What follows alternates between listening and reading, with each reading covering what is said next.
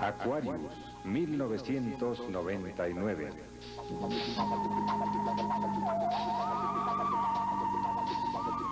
Vibra, vibra. En estos minutos sintiendo cómo a través de tu receptor penetran las ondas secretas del conocimiento que te llevarán en proyección infinita hacia el más allá.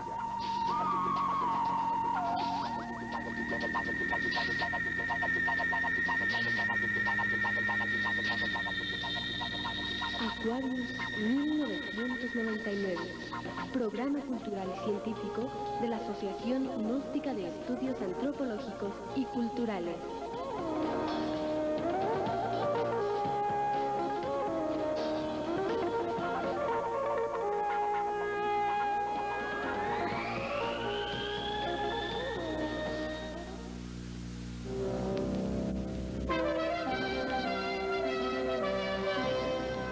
En busca de la verdad.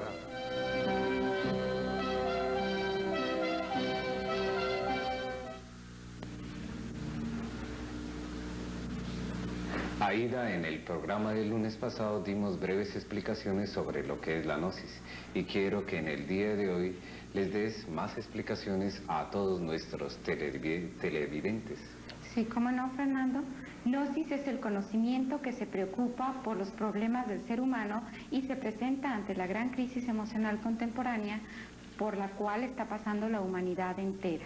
Los estudios gnósticos traspasan todo nivel de conocimiento y toda rutina de la vida. Además busca el equilibrio del hombre en todos los campos del saber humano para descubrir y aplicar debidamente las fórmulas científicas que proporcionan la vida al hombre, el conocimiento integral para conocerse a sí mismo, para dejar de ser una máquina humana. La gnosis, con su lenguaje y conocimiento dinámico, es algo desconcertante y a la vez agradable para el hombre contemporáneo. La actitud de la gnosis en el fondo es muy moderna.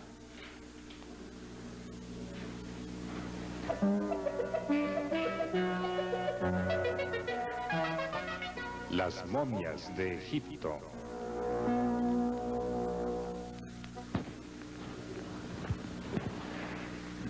A petición del público y aprovechando la visita del doctor Samael Aumbeor, lo presentamos nuevamente en este programa para que platiquemos sobre una gran variedad de temas.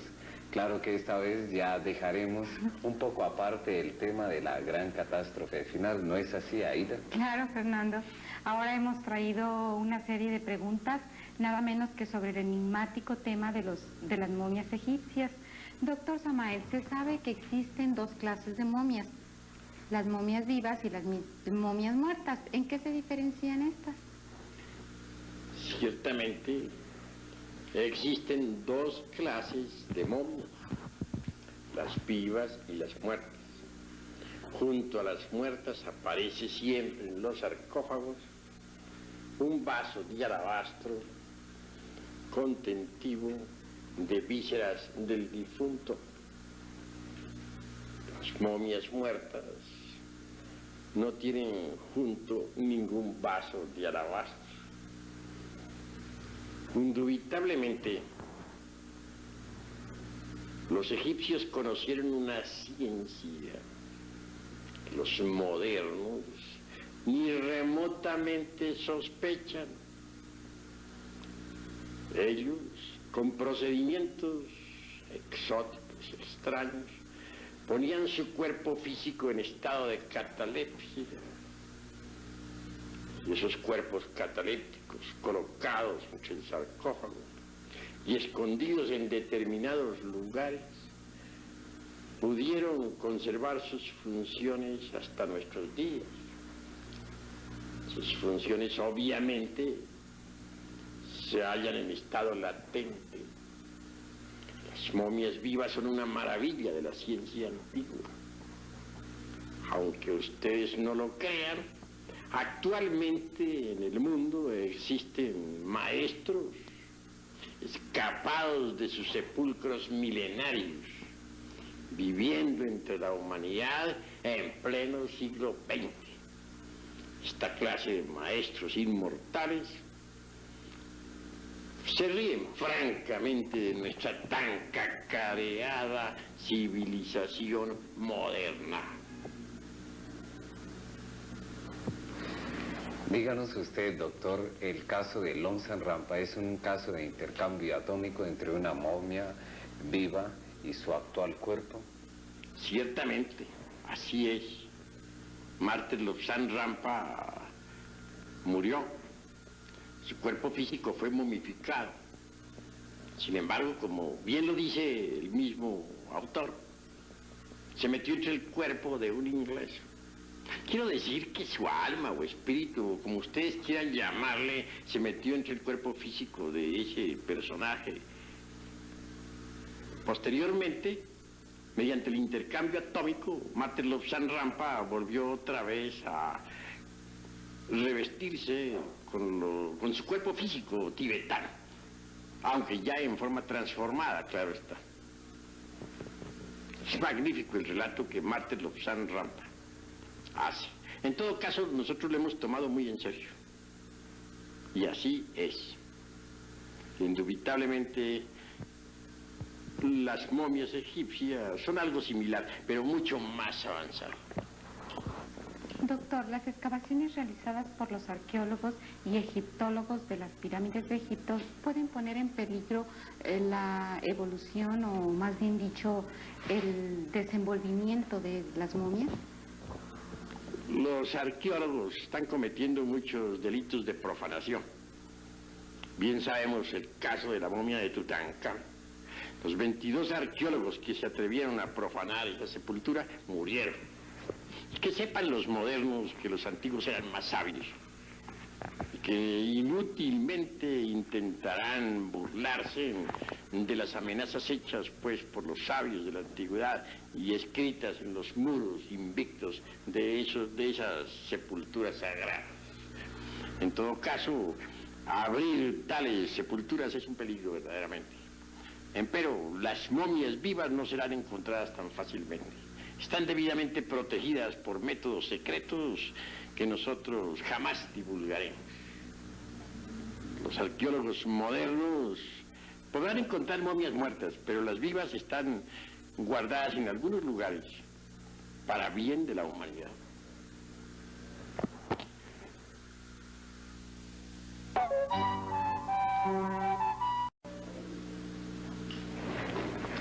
Los egipcios vivían a orillas del Nilo y se sabe perfectamente que el gran recorrido que hace por estas tierras, este río, no se encuentran yacimientos de oro alrededor.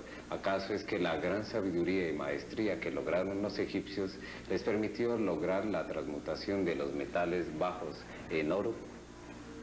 Ciertamente los egipcios sabían transmutar los metales bajos en oro. También nuestros antepasados en México amasaron el oro. De los incas diremos otro tanto. Así que es verdad que en los antiguos tiempos existieron verdaderos alquimistas capaces de transmutar plomo en oro.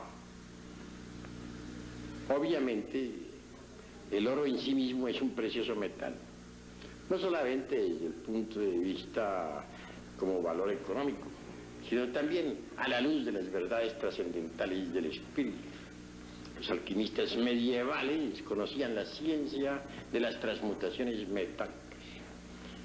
Paracelso, Nicolás Flamel, Raimundo Lulio y muchos otros lograron transmutar el plomo en oro. Eso ya está demostrado. Doctor, si los egipcios tuvieron tal capacidad para transformar el plomo en oro, ¿qué podría hacer una mujer para lograr dicho poder? Indubitablemente, la mujer tiene los mismos derechos del hombre y llega a las mismas alturas.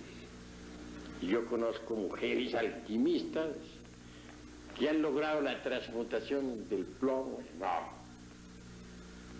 Obviamente la mujer tiene que estudiar la ciencia hermética, el arte hermético.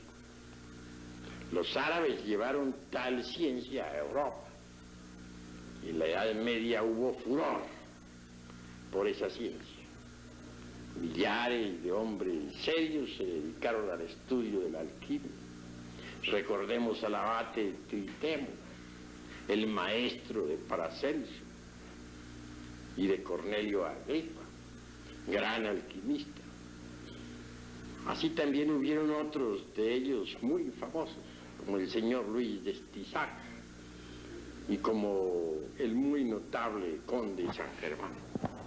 Doctor, ¿cómo es posible que la ciencia moderna, siendo tan poderosa, realizando viajes a la luna, etcétera, no haya sido capaz de descubrir el secreto de la transmutación de los metales en oro? La ciencia moderna tiene maravillosos inventos, como son la televisión, la radio, etcétera, etcétera, etcétera. Pero se ha olvidado de la ciencia alquimista antigua, la ha subestimado. Y considero que ahí está el error. Bien vale la pena que los hombres de ciencia moderna vuelvan otra vez a la alquimia. Obviamente la ciencia de Hermes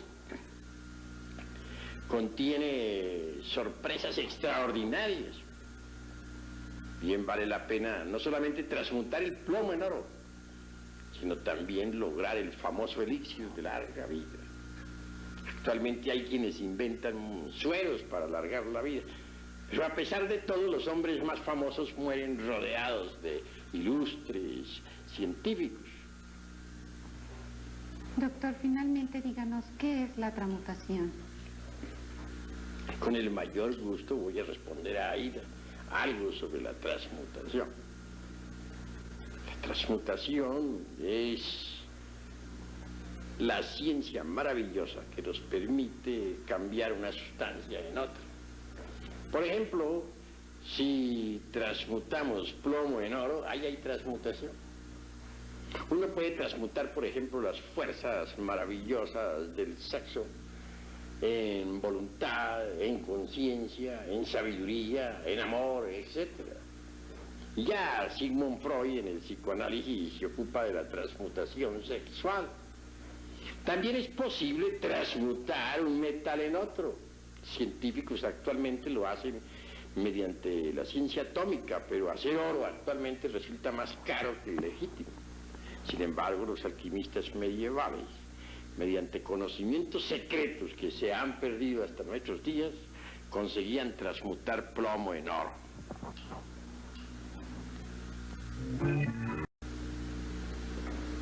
Hace más de 700 años existió un hombre muy peculiar, Raimundo Lulio, nada menos el creador de una máquina pensante que fue hecha bajo los principios de la teoría cabalística de los gnósticos y que de hecho no se diferenciaba casi nada de una moderna computadora. ¿Es cierto, doctor, que Raimundo Lulio, a pesar de que han pasado 700 años, aún sigue viviendo? Y si es así, ¿cómo lo ha logrado? Bueno, Raimundo Lulio conoció la ciencia de las transmutaciones metálicas. Transmutaba plomo en oro. Tuvo también en su poder el elixir de larga vida. Desafortunadamente, Raimundo Lulio murió antes de poder hacer uso de tal elixir. En cambio, Nicolás Flamel, que fue contemporáneo, sí logró en verdad el elixir de larga vida. Su esposa, Perinaí, también lo logró. De manera que esta pareja aún vive todavía en el Indostán y gozan de perfecta salud, como lo declarara hace poco un derviche en Turquía, un derviche inmortal. Hay pues hombres inmortales. Nicolás Flamel fue uno de ellos. Raimundo Lulio, aunque tuvo el secreto, no lo logró, porque murió antes de poder hacer uso de su secreto. Nosotros los gnósticos conservamos esos secretos y es obvio que los enseñamos a aquellos que demuestran amor verdadero por la sabiduría. Sin embargo, tales aspirantes deben ser sometidos a rigurosos estudios y a terribles pruebas. Nada se nos da de regalar. Nosotros no cobramos dinero, pero sí exigimos del candidato una conducta recta. Así que quienes quieran lograr de verdad la inmortalidad, pueden lograrla. Pero esto requiere grandes estudios y terribles disciplinas esotéricas. Se sabe perfectamente que los alquimistas lograban adquirir el elixir de la larga vida. El conde de San Germán es uno de los máximos exponentes de la sabiduría alquimista. Se rumora que él también logró el codiciado elixir y que por tal motivo le ha permitido vivir hasta estos tiempos, y que para evitar problemas con el escepticismo y fanatismo de su época y de esta época contemporánea, ha tomado personalidad como las de William Shakespeare y otros más para manifestarse hasta la consumación de los siglos. ¿Esto es cierto? ¿Qué nos dice al respecto? Giovanni Papini da testimonio precisamente sobre el conde de San Germán. Se encontró con él en un barco que viajaba hacia la India. Le abordó. No tuvo inconveniente alguna el conde en enseñar al citado escritor sus credenciales. En un puerto de la India tomó tierra y un grupo de ancianos tibetanos le recibió. Se lo llevaron para el Tíbet. Esto sucedió por allá en el año 1939. Obviamente el conde, antes de la Segunda Guerra Mundial, visitó a los principales hombres de Estado en Europa. Les aconsejó, les insinuó la idea de desistir de la guerra. Vive todavía el conde a pesar de los innumerables siglos.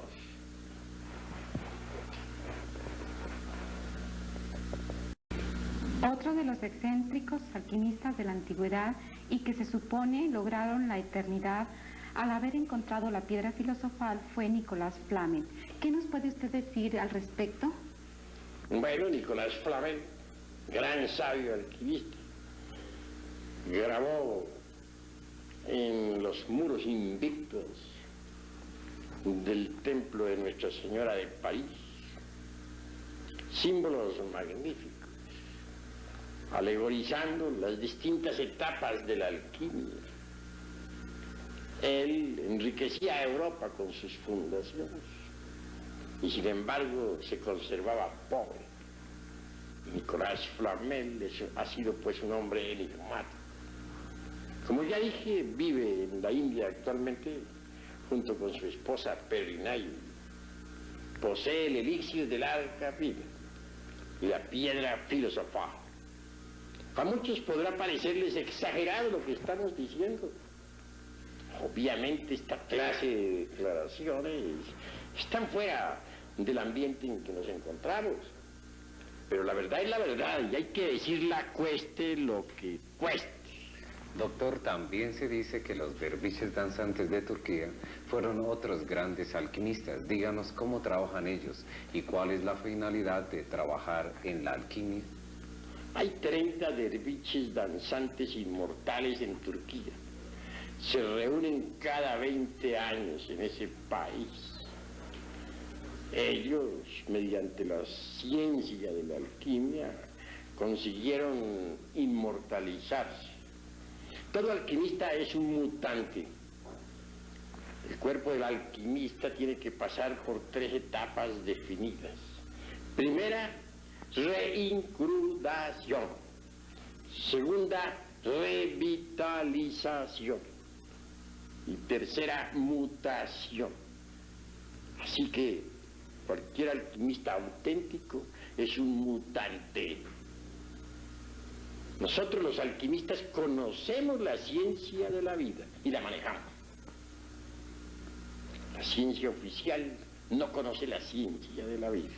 Nosotros sí la conocemos y podemos inmortalizarla. Todos los mexicanos somos grandes amantes de las corridas de toros. Ni qué digamos del amor que sienten por este arte de los toros los potosinos. Lastimosamente nadie ha conocido cuál es el verdadero origen de las grandes faenas con los toros.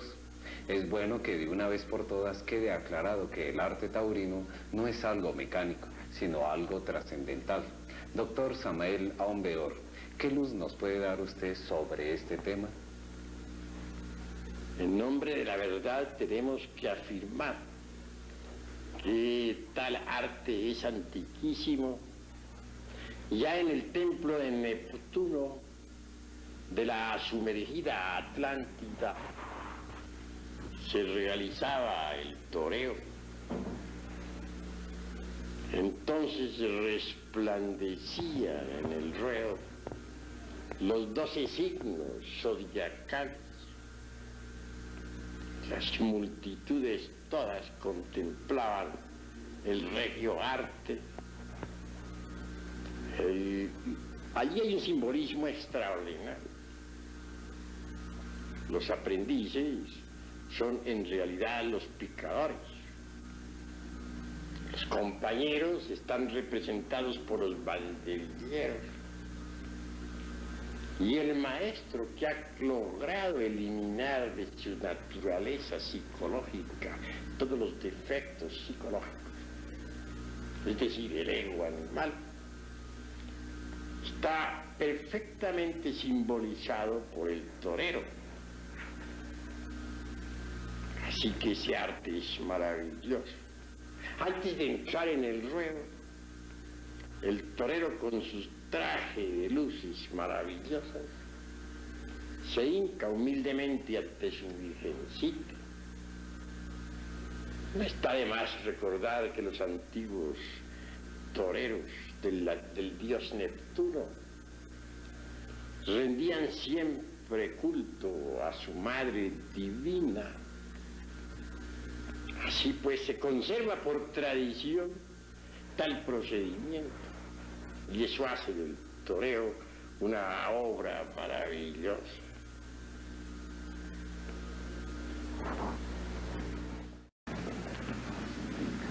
Seguiremos en el día de hoy aportando las correspondientes explicaciones sobre la importancia y trascendencia del gnosticismo. Aida, nos vemos en la necesidad de aclarar que sin previa información sobre la antropología gnóstica sería algo más que imposible el estudio riguroso de las diversas piezas antropológicas de las culturas azteca, tolteca, maya, egipcia, etcétera, etcétera. En cuestiones de antropología profana, dispénseme la similitud, si se quiere conocer resultados, se observará que son limitados y sin aportación práctica para todos nosotros los humanos.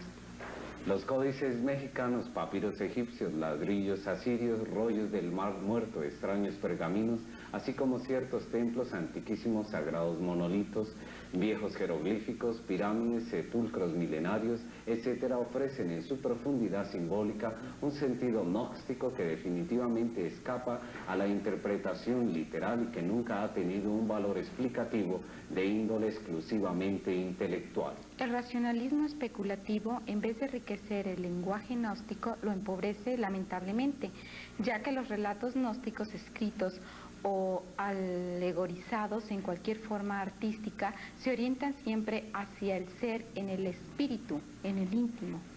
Bien saben los divinos y los humanos que el silencio es la elocuencia de la sabiduría. Por eso los simbolismos gnósticos tienen un fondo esotérico trascendental que en silencio dicen mucho.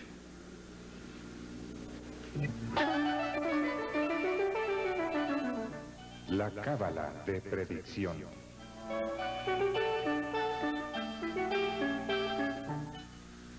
Mucho se ha escrito en revistas como Duda, Testimonios de lo Insólito y otras más que circulan en la actualidad, dando una gran variedad de explicaciones y hasta contradictorias afirmaciones sobre el enigma de la esfinge egipcia. Díganos usted, doctor, como conocedor de estas ciencias antropológicas, ¿cuál es el enigma que encierra la esfinge?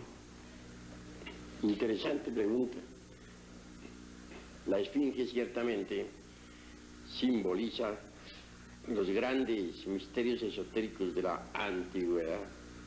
Las garras del león representan el fuego, las alas representan el aire, la cabeza de hombre representa el agua, las patas del toro representan la tierra.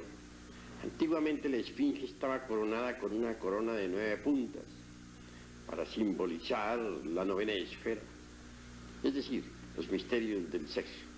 En el fondo, la esfinge representa a los mismísimos misterios del sexo. Indubitablemente, la esfinge fue traída del Atlántico. Se le usó en la Universidad de Acaldana. Estuvo en el sur del África, que antiguamente se llamaba Grabonce, y posteriormente se le estableció definitivamente en Egipto. El Colegio de la Esfinge se dedica a los misterios esotéricos de la naturaleza y del cosmos. Por eso es grandioso el Colegio de la Esfinge. Nostradamus se dice que estudió en el Colegio de la Esfinge. Todos los sabios de la antigüedad conocieron tal colegio. La Esfinge representa los poderes elementales de la naturaleza.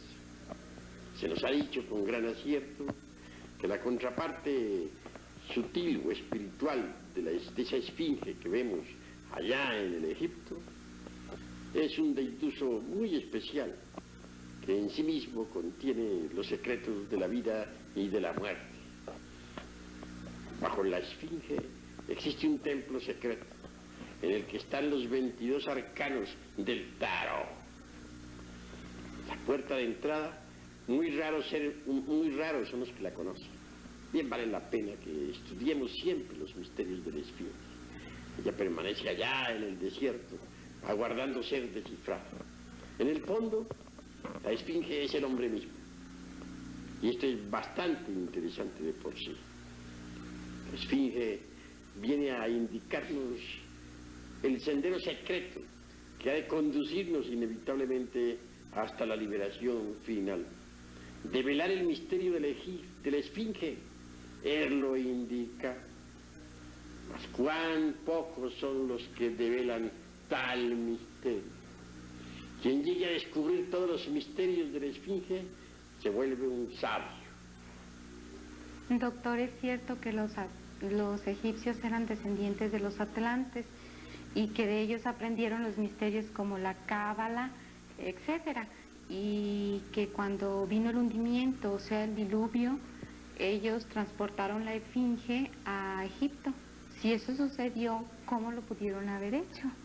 No, ciertamente, y en nombre de la verdad, tenemos que decir que la esfinge viene del Atlántico. La sociedad de Acaldana, que era una sociedad de sabios, tenía siempre frente a su edificio la esfinge.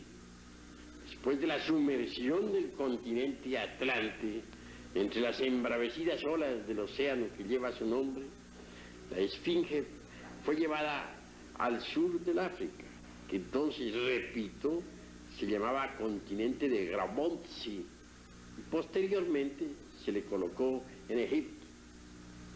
Pero debemos afirmar con gran énfasis que también existen en Egipto muchas esfinges. Recordemos nosotros la calle de esfinges que hace poco se descubrió. Frente a cada esfinge blanca se halló una esfinge negra.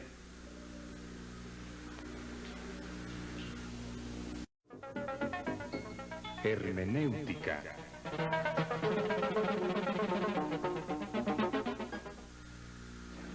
Doctor, ya que usted es el fundador y director de la Asociación Gnóstica de Estudios Antropológicos y Culturales, ¿qué nos puede decir acerca de Tlaloc y Tlaloca, fundadores de Tenochtitlan? Ciertamente nosotros los mexicanos tenemos aquí en nuestro país verdaderos portentos de sabiduría antigua. Indubitablemente Tlaloc, el dios de la lluvia, es un deiduso que ciertamente existe, pero su verificación solo puede ser realizada por sujetos que hayan desarrollado los centros superiores del ser, es decir, la clarividencia, la intuición, la clariaudiencia, etc. Tlaloc, para los esoteristas, viven normalmente en el mundo de las causas naturales. El Tlalocan es precisamente un paraíso molecular, existente en la quinta coordenada.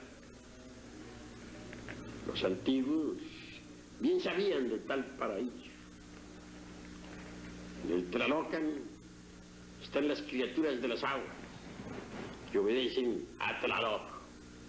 Quiero referirme a los elementales de las aguas, citados por Felipe Teofastro, Bombastro de Ongenay, Aureola, Paracelsus.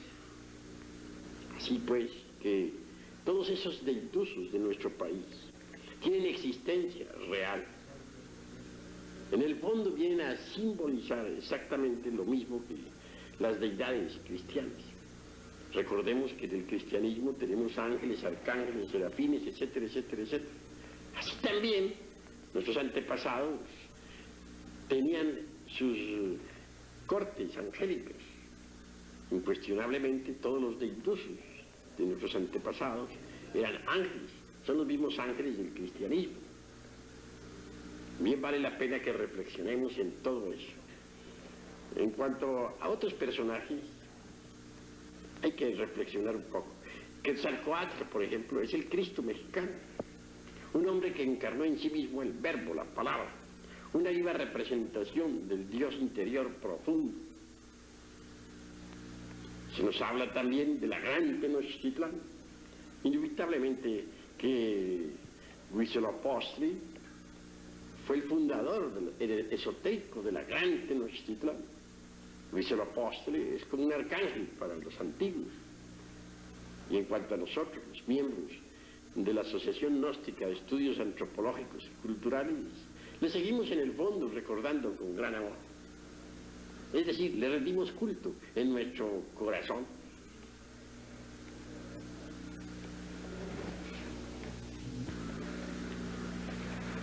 Dice una frase muy común y muy conocida por todos: ¿qué fue primero, el huevo o la gallina? Esta frase se relaciona con la siguiente pregunta.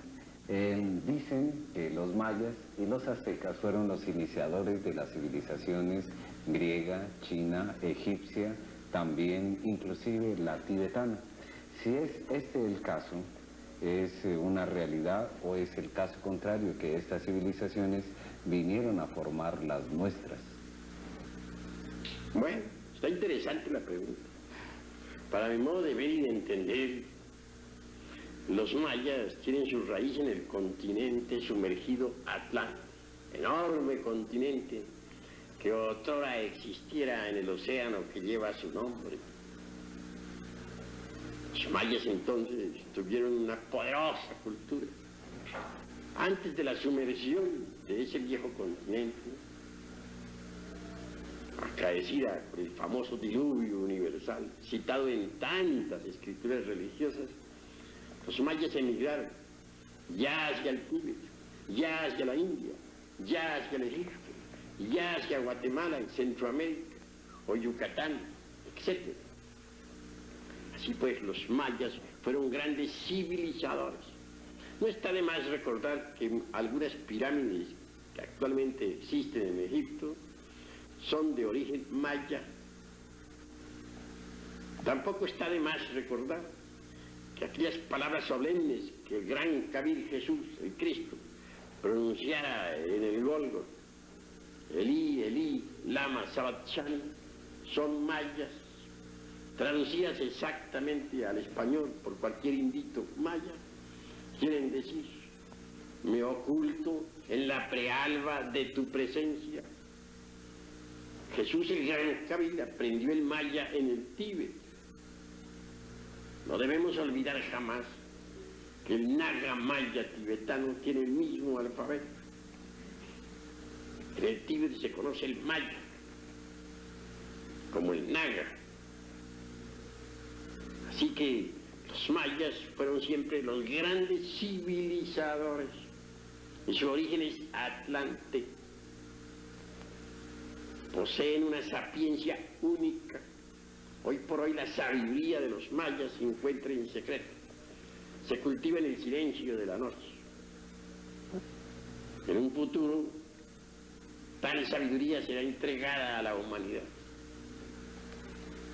Indubitablemente, el continente Atlante tuvo poderosa civilización. Los mayas representan en el fondo a ese gran continente. La sapiencia de los mayas se ocultó entre los monasterios tibetanos o en las pirámides de Egipto o de Yucatán. Muy pocos son los seres humanos que han podido conocer tal sapiencia. Los mayas conocían la energía atómica, etcétera, etcétera, etcétera. El mundo desde el punto de vista de la física se envuelve fundamentalmente bajo la ley del 3, es decir, la fuerza negativa, la fuerza neutra y la fuerza positiva. ¿Tiene que ver esto con los fenómenos cósmicos, doctor Samael? Y otra pregunta, ¿existe otra ley cósmica más superior que la ley del 3? En realidad la ley del 3 es fundamental. No debemos olvidar que el santo Triamatzikamnu, es decir, la ley del 3, se expresa en 3 formas: positiva, negativa y neutra. En el átomo existe la fuerza positiva, la negativa y también la neutra.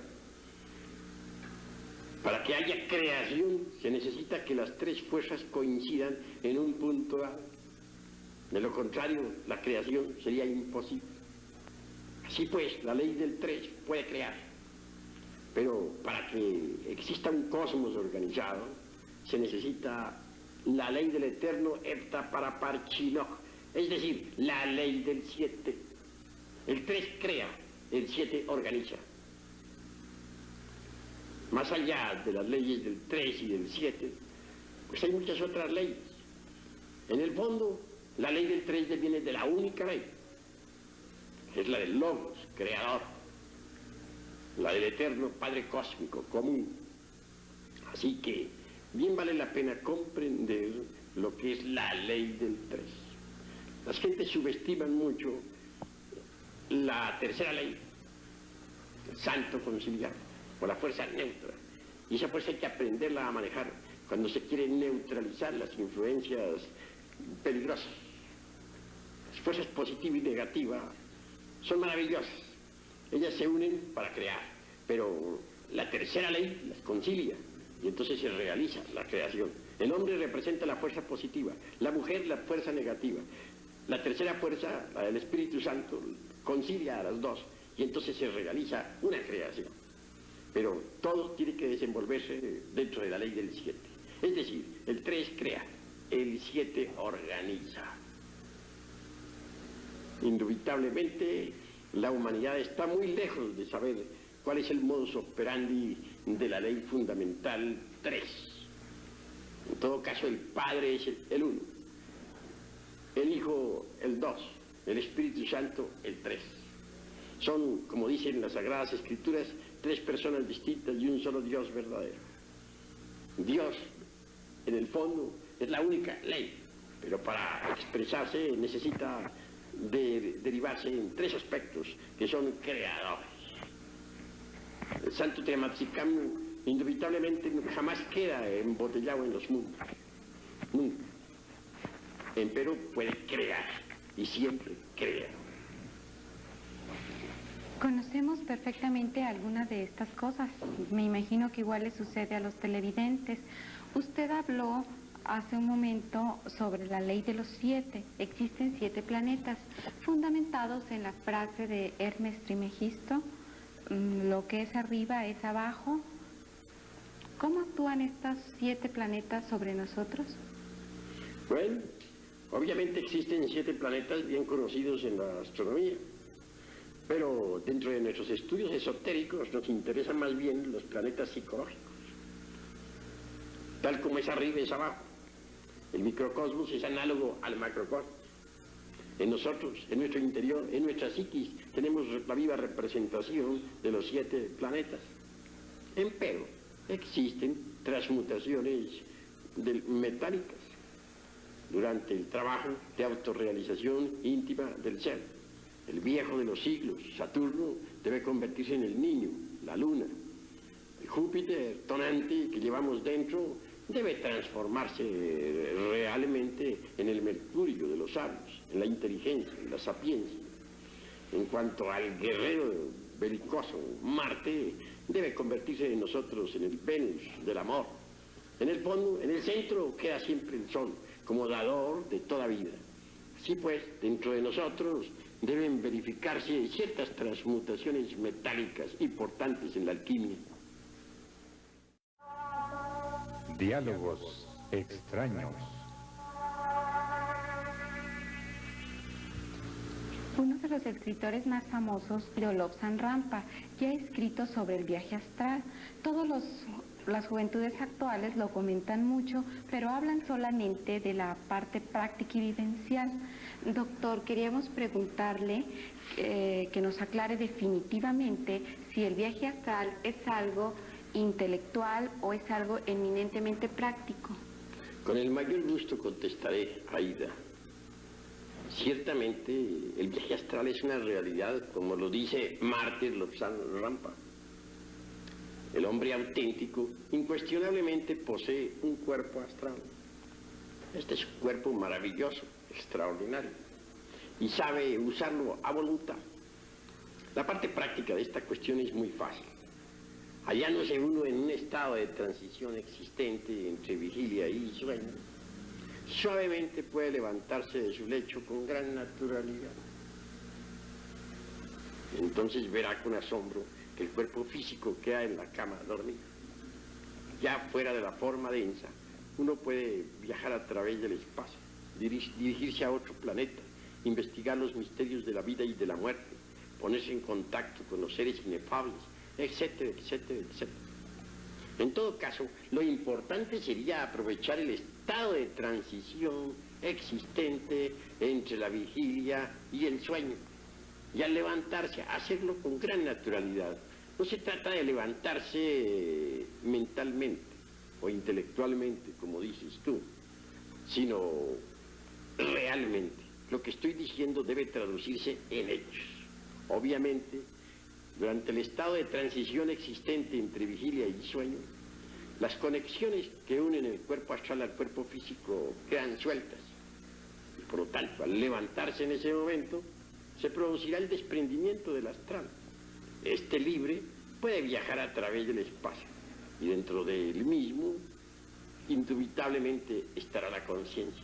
Así pues, conscientemente podemos viajar a través del espacio estrellado. Esto es muy fácil. Es cuestión únicamente de poner atención al estado existente entre vigilia y sueño. Eso es todo. Otra pregunta más ahí con relación a todo ello. Se sabe perfectamente que el viaje astral se realiza en el mundo de los sueños.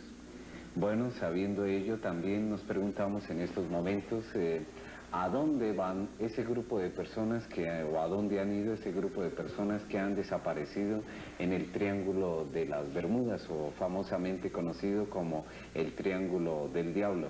¿Van al plano astral o mundo de los sueños, o a qué lugar se dirigen específicamente? Bueno, ante todo debemos reconocer que existe la cuarta vertical, la cuarta dimensión. En el citado triángulo puede uno perderse en la cuarta vertical. Es decir, en ese triángulo por ti citado, algunos aviones han perforado la cuarta dimensión, o mejor dicho, han entrado en la cuarta dimensión. En todo caso, esa es una puerta para entrar en la cuarta dimensión. El que penetra por tal puerta, ostensiblemente queda viviendo en la cuarta vertical. En modo alguno debemos sorprendernos si afirmamos enfáticamente que en la cuarta dimensión existe una humanidad completamente paradisíaca. La hay, eso es cierto, aunque los escépticos no creen en estas cosas. Pero, ¿qué importa a la ciencia y qué a nosotros?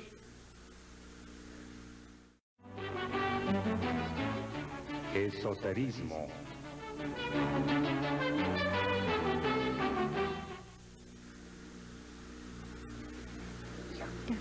Doctor, finalmente he observado minuciosamente que tanto las esculturas mayas como los aztecas resaltan constantemente el simbolismo de la serpiente. ¿Cómo ve la antropología gnóstica este símbolo sagrado de las civilizaciones de Mesoamérica? Ciertamente que el símbolo de la serpiente es universal. No está de más recordar que en el mismo Tíbet tenemos la serpiente emplumada. Y obviamente, la serpiente es sagrada, representa la sabiduría divina. Indubitablemente, dentro de cada ser humano existe la energía creadora. Esta energía tiene que subir por la espina dorsal hasta el cerebro. Tal energía tiene poderes extraordinarios y asume ante el clarividente una forma completamente serpentina.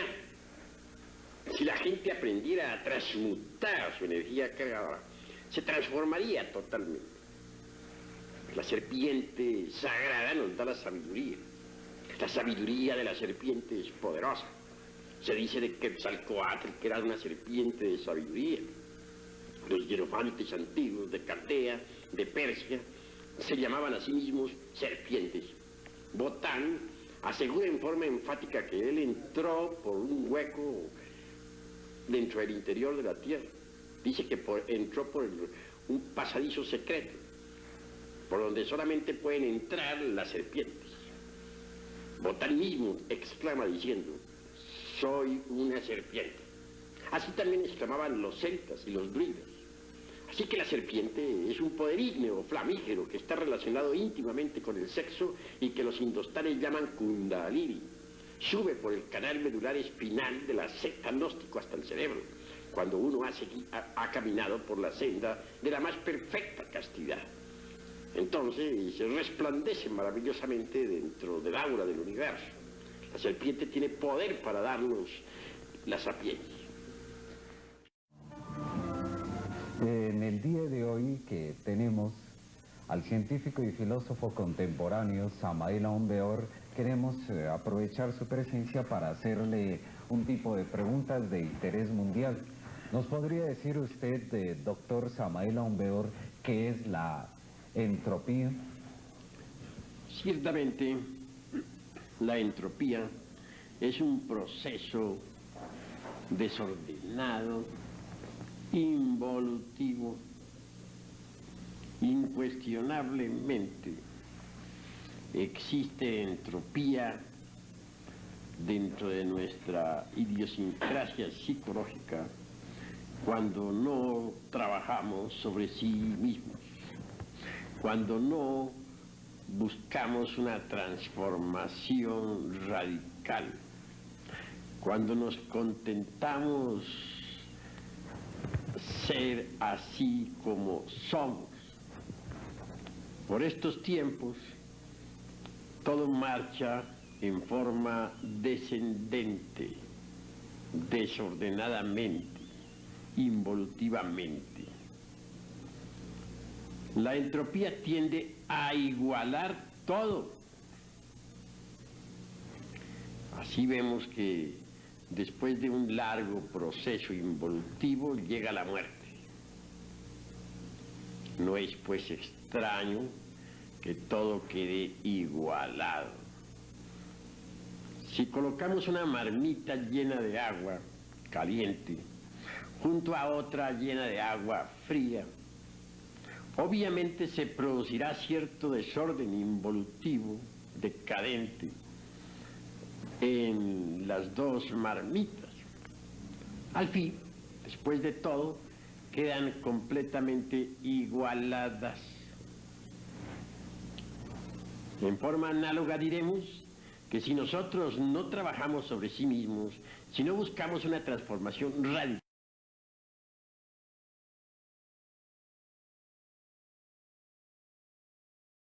ha llegado pues la hora de comprender la grandeza del sacrificio. Eso es obvio.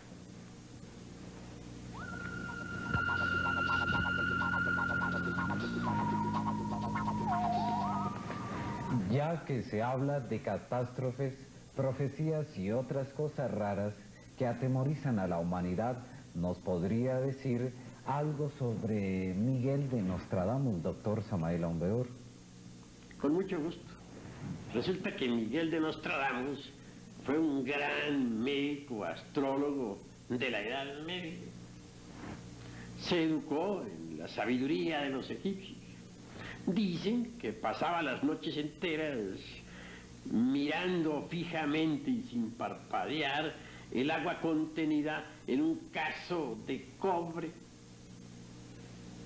Afirman algunos que en esa agua lúcida pudo él ver con entera claridad meridiana los acontecimientos del futuro. Así pues, Miguel de Nostradamus fue un gran vidente, eso nadie lo puede negar. Hasta la fecha, todas las profecías que Miguel de Nostradamus hizo se han cumplido matemáticamente. Profetizó también la Segunda Guerra Mundial y dio hasta el nombre de Hitler, con excepción de una letra equivocada. Creo que más bien los equivocados fueron los traductores, entre paréntesis. Y no hay duda de que habla de cumplirse la terrible profecía del futuro, la del famoso 1999. También pronostica la Tercera Guerra Mundial y muchos otros acontecimientos de índole extraordinaria. Para mi modo de ver y de entender las cosas, estamos en los tiempos del fin. Las gentes creen que los tiempos del fin serán dentro de no sé cuántos millones de años, mas se equivocan.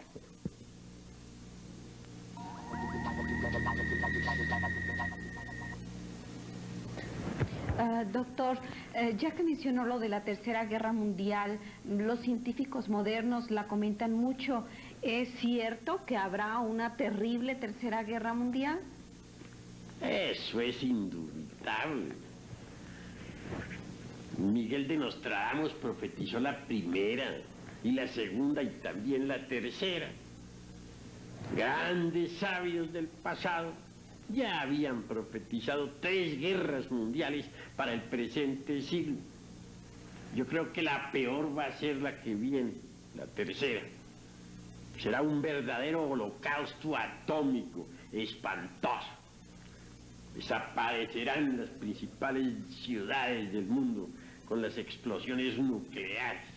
Lo más grave de todo es la contaminación radioactiva. Con la Tercera Guerra Mundial se contaminará la atmósfera en forma espantosa. La radioactividad infectará completamente el aire, las aguas y en general todo lo que existe. Las lluvias, por ejemplo, que tendremos serán radioactivas. Las cosechas se perderán. Y se perderán sencillamente porque nadie podrá utilizarlas. Eso es todo. Eso de tener uno que comer alimentos contaminados por la radioactividad es gravísimo. Mas así sucederá. No hay duda de que esta Tercera Guerra Mundial está a las puertas. Por otra parte, en estos tiempos hay hambre, desolación, seria, espantosa, crisis de valores, etc. Todo esto nos va orillando poco a poco hacia la Tercera Guerra Mundial. Incuestionablemente, cada uno de nosotros carga dentro de sí los factores que producen guerra. Egoísmo, odio, etcétera, etcétera, etcétera. ¿Nos podría decir, doctor Samael Aumbeor, cómo van a intervenir en esos momentos de conflictos mundiales, ahora que se habla tanto de los extraterrestres, si ellos van a intervenir en nuestro favor o por el contrario van a ayudar más a nuestra destrucción? Bueno, las gentes tienen tantos conceptos sobre esta cuestión de los extraterrestres que bien vale la pena analizar, aunque sea un poquito. En nombre de la verdad diremos que los extraterrestres existen, aunque los escépticos duden. Esto de los extraterrestres está ya completamente demostrado. Ahora, en lo que a mí atañe, les tendré que decir que a mí me consta la existencia de los extraterrestres. porque yo estuve en contacto personal en el Distrito Federal, allá en el desierto de los Leones, con una nave de viajeros intergalácticos. Nunca he contado estas cosas, porque no veo motivo como para estar relatando esta historia a todas horas. Ahora bien, lo que sí quiero decirles a ustedes en forma enfática es que ellos quieren ayudarnos. Y no tiene nada de raro que tengan que intervenir en el momento en que nosotros nos precipitemos en el gran holocausto atómico. Ellos siempre han ayudado a la humanidad. Surcan el espacio por todas partes. No es la primera vez que nos visitan. Siempre nos han visitado y siempre nos seguirán visitando. Indubitablemente no pueden dejarnos abandonados. Tendrán que intervenir para ayudarnos. Son hombres, en el sentido más completo de la palabra, pero hombres verdaderos. Hago cierto énfasis en esta afirmación, porque sucede que nosotros los terrícolas somos más bien animales intelectuales. Y eso es todo. Doctor, se habla mucho del planeta Hercóbulos o planeta rojo, llamado así por los científicos. ¿Es cierto que este planeta chocará con la Tierra? Bueno, lo que usted está diciendo está ya debidamente comprobado en todos los observatorios del mundo. Mas quiero aclarar que el choque será de tipo electromagnético. No es un choque físico de masas. Pues es claro que si el planeta Hercóbulos pasa demasiado cerca de nuestro planeta Tierra, tiene que producirse una catástrofe. Sucede que Hercóbulos es un mundo gigantesco. Podríamos aseverar que es varias veces más grande que Júpiter, el titán de nuestro sistema solar. Y al pasar cerca a nuestro mundo, tendrá que producir una revolución de los ejes de la Tierra. Entonces los mares cambiarán de lecho y las tierras actuales se sumergirán entre el fondo mismo del océano. Mas antes de que venga la catástrofe esta de la revolución de los ejes de la Tierra, el fuego entrará en actividad. Indubitablemente, conforme Hercóbulos se vaya acercando, el fuego líquido que existe en el interior de nuestro mundo saltará a la superficie. Y entonces aparecerán volcanes en erupción por todas partes, acompañados de fuertes terremotos, y caerán todas las grandes ciudades del mundo. Nueva York, París, Londres, Buenos Aires, y hasta nuestro querido Distrito Federal en México. Nada se salvará de la hecatombe. Los que no crean, pues que no crean. Hechos son hechos y ante los hechos tendrán que rendirse. Así pues que Hercóbulos se acerca, ya está a la vista de todos los observatorios del mundo. Ya existen mapas estelares donde se nos muestra la órbita de Hercóbulos. Pertenece a un sistema solar llamado Tilo. Y es obvio que tendrá que pasar muy cerca de nosotros, tal mundo. Es demasiado gigantesco y tiene que producir en nuestra Tierra terribles convulsiones. Así pues, Hercóbulos traerá el duelo del fuego y del agua dentro de nuestro mundo. Y todo lo que actualmente existe dejará de existir dentro de poco tiempo. Que las gentes no crean, que se ríen, ¿qué importa a la ciencia? Y que a nosotros, escrito está que el que ríe de lo que desconoce está en el camino de ser idiota. Esta es una terrible afirmación. Así pues, en nombre de la verdad tengo que decirles a ustedes que Hercóbulos está cerca.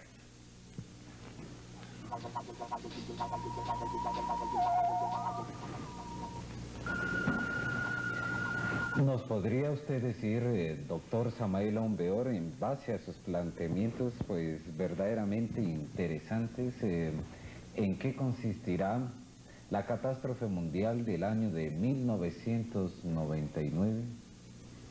Bien, vale la pena contestar esta cuestión. Indubitablemente, dice Miguel Nostradamus, famoso astrólogo, que cuando Hercólogos se acerque, se verá en el cielo como 2 soles, y esto alarmará a las multitudes. Con el acercamiento de Hercólogos, la gente se pondrá excesivamente nerviosa. Obviamente las ondas electromagnéticas de tal mundo son poderosas. Cuando esto sea, ya la Tercera Guerra Mundial habrá pasado. Entonces, nuestro planeta por esos tiempos estará muy cargado de radioactividad. Dice Miguel de Nostradamus que con la llegada de Hercólogos, todo lo que actualmente existe dejará de existir. También afirma claramente que los astrónomos de aquella época, incapaces de entender la honda significación que encierra este movimiento estelar, harán planes a lo lindo para el futuro. Tendrán bellos sofismas de distracción, que entonces las gentes, confundidas por los sabios terrícolas, no tendrán ni la más remota oportunidad de defenderse. Ahora bien, cada vez que Hercólogos ha llegado a la Tierra, se ha producido una catástrofe. Llegó al final de la raza lemúrica, y entonces los fuegos de aquel continente entraron en erupción. Y ya sabemos que la Lemuria se hundió a través de 10.000 años de terremotos. Llegó al final de la época Atlántida, y ya sabemos que los habitantes de la Atlántida perecieron devorados por las aguas, según lo dice el diluvio universal, según lo mencionan los historiadores religiosos de todas las edades y de todas las épocas. Y viene ahora precisamente al final de nuestra raza aria, para poner punto final a esta civilización degenerada y decadente. La humanidad ya está lo suficientemente madura como para recibir el castigo final. Esa es la cruda realidad hallada en las tremendas profecías de Nostradamus, tal como están escritas en su famoso libro titulado Las Centurias. Y aquellos que nos escuchen tengan la bondad de estudiarse esa obra y verán confirmadas mis afirmaciones. Así pues que la base fundamental de la gran catástrofe estará en la llegada de Hercólogos. Los astrónomos lo tienen a la vista de sus telescopios en estos momentos, y en todos los observatorios del mundo ya está pintada la catástrofe, está dibujada en los distintos mapas cósmicos. Si actualmente no se le está haciendo mucha publicidad a esta cuestión, es para evitar la psicosis colectiva.